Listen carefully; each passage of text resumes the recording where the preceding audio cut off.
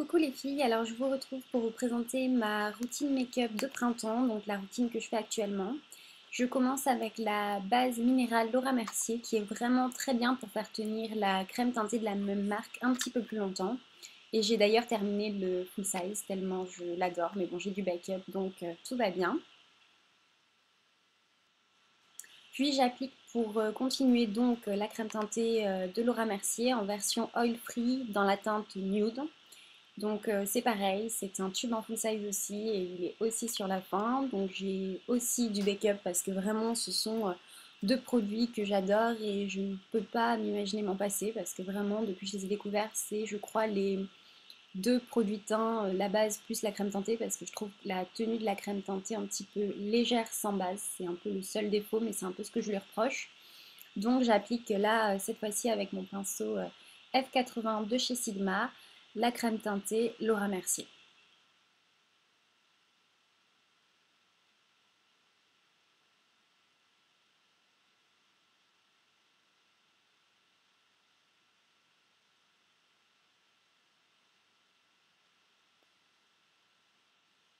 Voilà, donc ensuite pour continuer, j'applique donc mon anti-cerne qui est le Dior Skin Nude Concealer en teinte 01, donc la plus claire, donc qui est d'ailleurs en phase de devenir un petit peu trop claire. Je pense que vraiment pour le printemps, il faudra peut-être que je prenne la numéro 2, quitte à mélanger les deux au début et à utiliser la 2 en plein été. Et donc j'adore cet anti-cerne, je vous en ai fait une revue sur le blog il y a assez peu de temps. Vous pouvez utiliser la fonction recherche pour retrouver l'article dont je parle. Il est extrêmement bien, il agrandit le regard, il ouvre le regard en même temps qu'il donne un air frais et réveillé. C'est vraiment mon anti-cerne du moment et celui que je préfère parmi tous et j'en ai essayé pas mal. Par contre, à déconseiller aux personnes ayant des cernes très colorées. Voilà, parce qu'il est vraiment assez léger, c'est ce que j'adore, mais il est un peu léger. Ensuite, donc, pour fixer l'anti-cerne, j'utilise la Secret Brightening Powder de Laura Mercier, donc en teinte numéro 1.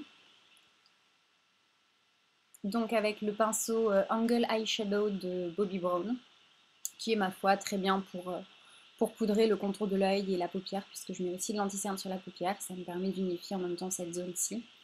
Donc voilà, c'est un pinceau tout ce qu'il y a plus classique, sachant que je l'ai acheté et que je ne me maquille pas les yeux, je l'utilise comme ça, et ma foi c'est très bien. Alors ensuite, donc cette fois-ci, pour appliquer la poudre de soleil, j'utilise de chez Bobbi Brown toujours le Face Blender, qui est un pinceau assez touffu, en poil naturel et qui permet vraiment de diffuser la matière sans démarcation. Donc c'est vraiment parfait pour les poudres type poudre de soleil, quand on ne veut pas avoir une démarcation orange.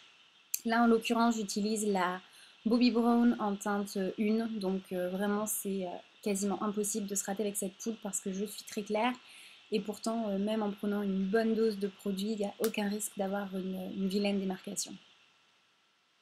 Puis pour le blush, donc là je prends ma palette Laura Mercier dont je vous ai parlé la semaine dernière sur le blog.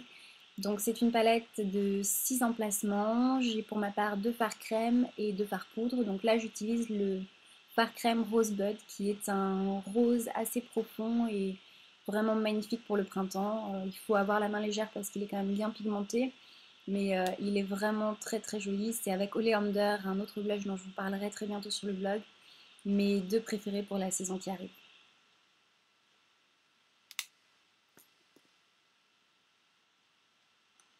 Puis donc pour les sourcils, j'utilise toujours la même chose, le crayon à sourcils de chez Bobbi Brown toujours, dans la teinte Grey.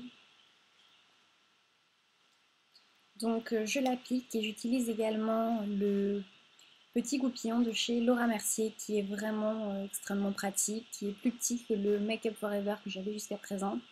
Et je trouve que la prise en main est plus facile. Donc voilà, je commence par appliquer le crayon à sourcils et j'utilise le goupillon pour discipliner les sourcils.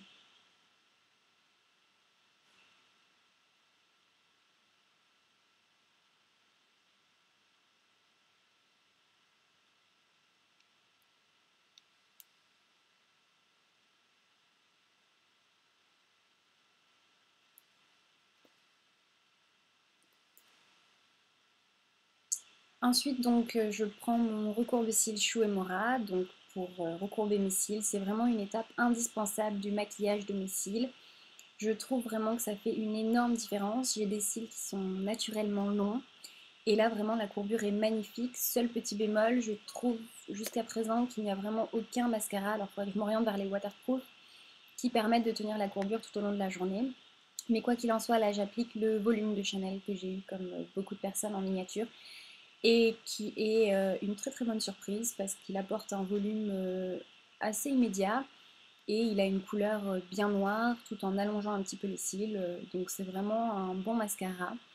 Je l'avais utilisé la première fois et j'avais trouvé qu'il faisait des pâtés entre les cils et en fait je pense que c'est un mascara à laisser vieillir et à utiliser 2-3 jours après ouverture pour qu'il ait eu un peu le temps de sécher, même si c'est d'habitude ce qu'on ne cherche pas dans un mascara. Mais là, en l'occurrence, je trouve que la matière se travaille beaucoup mieux et a tendance à faire beaucoup moins de pâté en ayant un petit peu vécu ou vieilli, comme on veut.